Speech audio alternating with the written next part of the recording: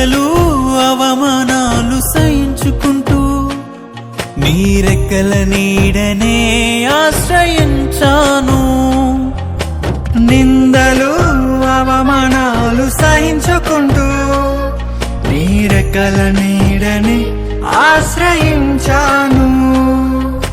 నీ వాగ్దానములను చేతపట్టి నీ వాగ్దానములను చేతపట్టి నీ ముఖముపై దృష్టి ఉంచినానయ్యా. నీ ముఖముపై దృష్టి ఉంచినానయ్యా.